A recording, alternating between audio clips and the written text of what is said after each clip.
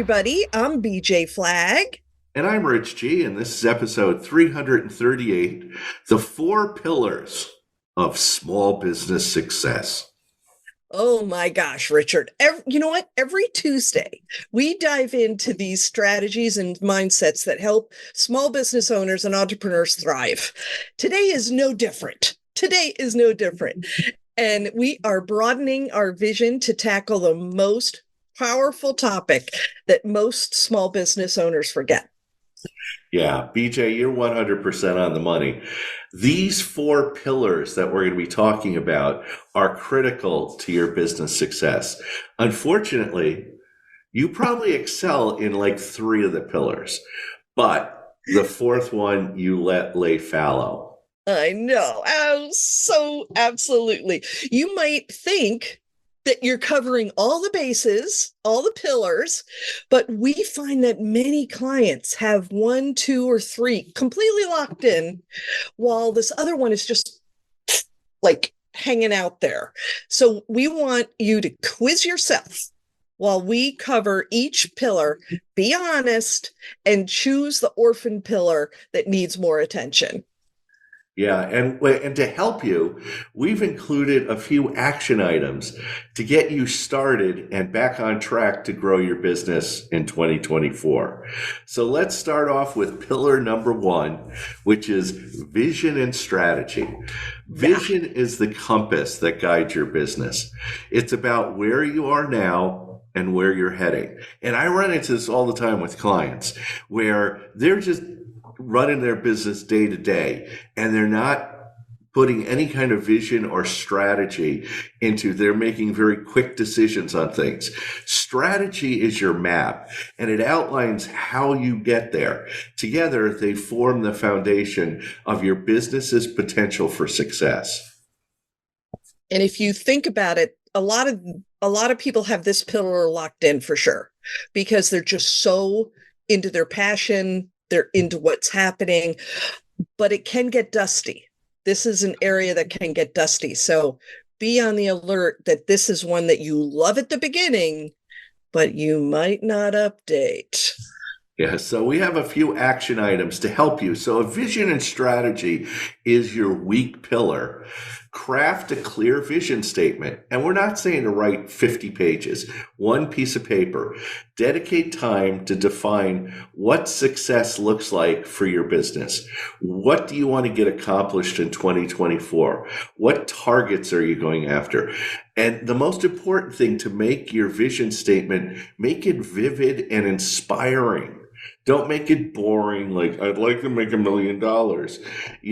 Make it vivid and inspiring, so not only you, but possibly your team becomes engaged with your vision statement. Yeah. The second action item we want you to do is to develop a strategic plan based upon that vision. Break down your vision into actionable steps. What are the things we need to do to reach that vision? Identify your unique selling proposition. BJ, your USP. There we go. Drills that into me all the time. Unique selling proposition and how to leverage that in your strategic plan. Yeah.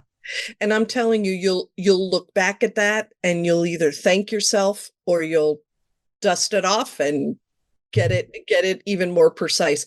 Pillar number two is financial management. A robust financial management is crucial. It's a lot more than just keeping the books in order. It's about understanding your cash flow, your profitability, your run rate, and how to make, informed financial decisions. It's about getting yourself knowledgeable and confident about your financial picture. Yeah, I was just on the phone with a client this week, and we were saying, spring and summer are the hot time of the year, no pun intended, but that they should start looking at bulking up on certain inventory and getting better prices on it. And he's like, oh, I never thought of that, because a lot of his inventory is like catch can rather than planning it out. So managing your finances and inventory that way is a great way to do it. Yeah. And, if you look at the action items, we're going to go over two. Again, if you have a weak pillar here, these are fantastic to kind of get yourself back in action. Monitor cash flow regularly. Use tools and software to monitor your cash flow. Knowing your financial status in real time helps you make better decisions. So picture this. If you can look, there's something called your run rate. It's how long until you run out of money. And when you're looking at your cash flow, you're not just looking at today, tomorrow, next pay period. You're looking like 6 months out. So you start learning, you start getting your flow going, looking at last year, looking at the year before, use all your data. You're going to get this under control. You'll be thrilled. The second thing is create a budget and stick to it. I tell you, I don't know how many people. Oh my gosh. We were in February, people were already blowing their budget out. Oh my goodness. Plan your expenses and ensure they align with your strategic goals. Regularly review them and adjust your budget as necessary. In marketing, that's all I do is budget. We do so much budget work. And I'm shocked when January, February, and they're already doing stuff. So anywho, I would like you to do that. Absolutely. And like, we're coming into March. At the end of March, that's the end of the quarter. Looking at your past quarter is a great way to understand your cash flow, to understand your budget, and plan your expenses. See, okay, the last 3 months, this is what's happened. Okay, how do I plan for April, May, and June? What do I do then? So, Yeah, very important. our third pillar is customer focus and engagement. Your customers are the lifeblood of your business. And this is probably a pillar that a lot of people focus on. But then again, sometimes a lot of companies take their customers for granted. You need to understand their needs, deliver value. And that's a huge one. We just think delivering product. No, you have to deliver value because the competition can come in and take over. And the most important part about customer focus and engagement, you need to build relationships because that is critical to your business success. When a person is moving, right? And I have moved, okay, very frequently. And I called up my favorite mover up there in Newtown called Braun Moving, and Elsa's on the phone. Come on, Elsa. That's the best name ever. I don't care if her name's not Elsa. I like that name. And she let it go. Get it? Let it go. She wants me to let it go. The biggest thing that I love about her is that her customer focus and engagement is amazing. Absolutely amazing. She remembers things. She's using her computer. I don't care. She remembers things. She talks about them, that type of thing. Incredible customer service. So her focus is there. And I love that. So it's awesome. So our action items for customer focus and engagement, number one, gather customer feedback. And this is huge. This is right out of BJ's Bible, which is you need to get feedback from your customers. Use surveys, social media, or even direct communication to understand your customers' needs and their experiences with your business. Number two, implement a loyalty program. Encourage repeat business by rewarding loyal customers. This can be through discounts, special offers, exclusive content. I have clients, I tell them to turn it into like a membership program or a service contract, because then you lock your client in for a whole year. That's a loyalty program. So think about your business and how to get your customers more loyal and also to get feedback from them. Yes, so great. Pillar number 4, innovation and adaptability. This is frequently the one. Am I right, Rich? This is the one where we have a lot of people who are behind the 8 ball. And we're sad about that because, Rich and I are all about innovation and adaptability. That's like one of our biggest things we talk about. The business landscape is ever changing.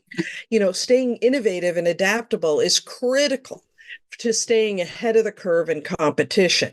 You run into so many clients who, oh, well, that works great. We don't play with that. We're not going to change that. Oh. And that's where we start to come in and Rich does his magic.